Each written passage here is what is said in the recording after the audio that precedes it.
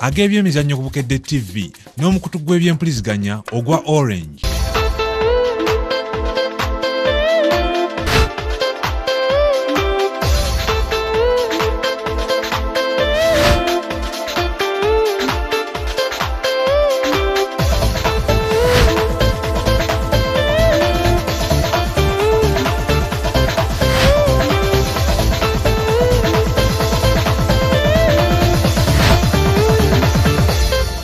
Balamusiza mwebale kwa mukyala Bukedde TV gano gege emizannyo agataliko nfuufu ne banafa ba Orange guga kusomera ande Lorian Duvoran ngebula olunaku lumu lwokka ttiimu y'eggwanga The Cranes stroke olekera ekibuga Rwanda ekya Angola omutendesi Bob Williamson afulumiza enteekateeka ze agambye nti ku Sande n'abaana abatunkane Angola wakuyungula ttiimu erowooleza mu kuzibira katufune ebisingawo n'ebiva mu nkambi zombi nga bwe zitambula.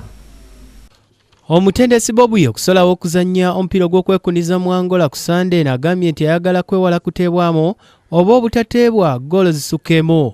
Cranes yasemba okukyala mu Angola Sebutemba nga nnyo omwaka ogwedde bannyinimu ne bangula ku goal 2 ku bwereere mu z'okususulamu abaleeta bamu za Africa ezabadde mu Equatorial Guinea kw'ossa ne Gabon ku ntandikwa ey'omwaka guno. Enkya Kawungezi Bobby lwagenda okulangirira abazannyi 18 abanaasitula nabo ku Lwokutaano ku makya mu nnyonyi ya Kenya Airways okwolekera Angola. Omuzibizi Isaac Isinde abusibwabusibwa olw'obukosefu obumulemesezza okutendekebwa ne ttiimu olunaku olwaleero. Abazannyi 14 bakakasiddwa okulinnya ennyonyi ku Lwokutaano kuliko Mukwaswa Gold, Dennis Onyango, Abedaira nga bala mulimu Simeoni Masaba, Godfrey Walusimbi, Henry Kalungi, Ande Mwesugwa, Kayongo Mutumba, Emma Okwi, Fabian Kizito, Mike Serumaga, Hassan Waswa, Patrick Ochan, Johnson Bagole ne Moses Oloya. Ndi Muwanga Kenneth kula Bukedde TV enambole. Ate abasuubuzi b'omu katale ka Parkyard kyaddaaki bapondose ne bakkiriza okukolegana n'abakulira ekisaawe ky'Enakivubo. Ekisaawe ky'Enakivubo gye buvuddeko kyavaayo ne kiwa abasuubuzi b'omu Parkyard ennaku 6 zokka okubanga baamusa ekifo ekyo lwakugaana kusasula $1,000 buli mwezi. Musasi waffe alondodde ensonga eno katufune byatuleetedde. Leero ssentebe w'abasuubuzi Hamza Kalema ng'ali wamu n'abasuubuzi b'omu Parkyard batwalidde ab'Ennakivubo ekiwandiiko ekyetonda n'okusaba Nakivubo ebaddiremu ejjewo nsaleesalewo w'ennaku 6 gwe yali ebawadde nga bavudde mu kifo kya Parkyard. Nakivubo okutuuka ku kino ab'omu Parkyard basooka kwediima okusasula $1,000 buli omu buli mwezi nga bagamba nti bo bakama baabwe bamanyi kitongole kya KCCA. Wabula ate ekyewuunyisiza ababaddeyo be basuubuzi bo bennyini okutandika okwekuba eŋŋumi ng'abamu bawakanya ekyokwetondera Nakivubo okukakkana ng'omu ku bo akubiddwa eŋŋumi n'akakkana ku ttaka.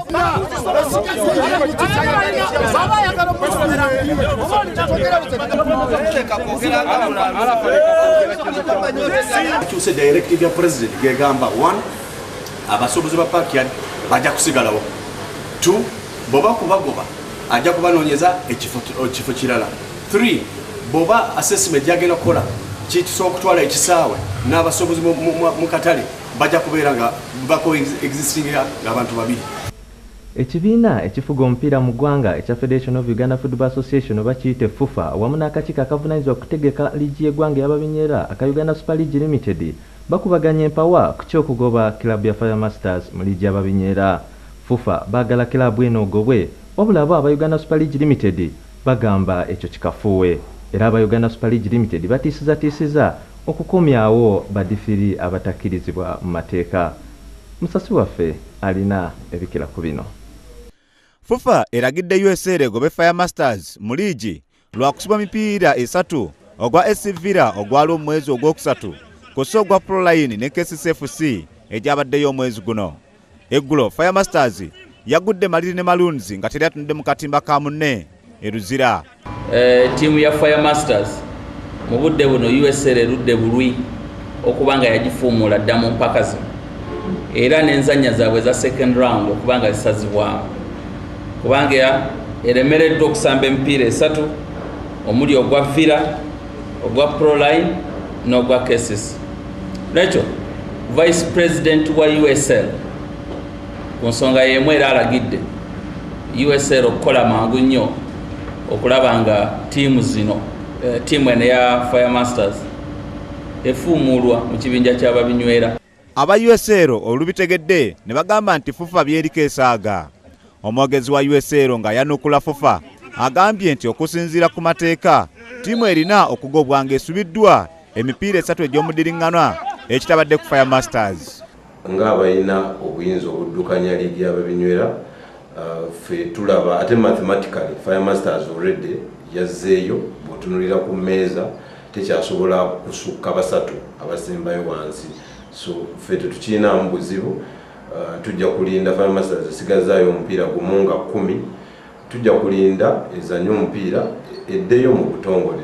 Ku kya FUFA okugamba nti tegenda kubawa baddifiri kulamula mipiira ebiri egitaggwa ng'abazannyi bali mu kwekalakaasa ogwa Proline ne Waters wamu n'ogwa Simba ne Express, aba USL batiisizza okukozesa baddifiri baayo abalonderere.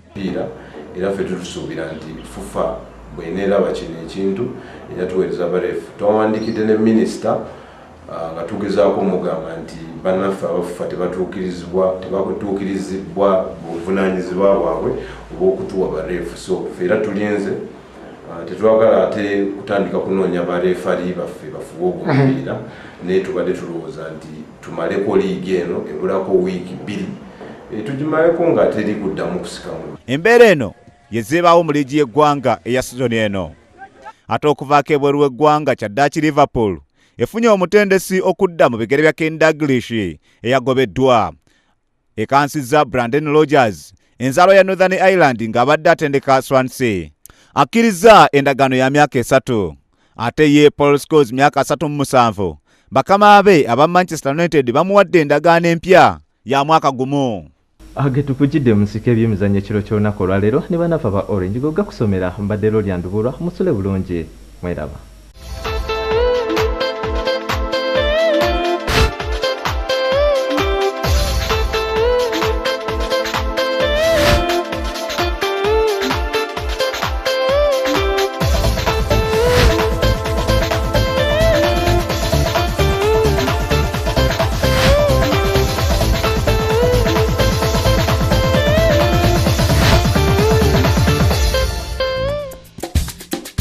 Gabadde amawulire g'ebyemizannyo ku Bukedde TV n'omukutu gw'ebyempuliziganya ogwa Orange.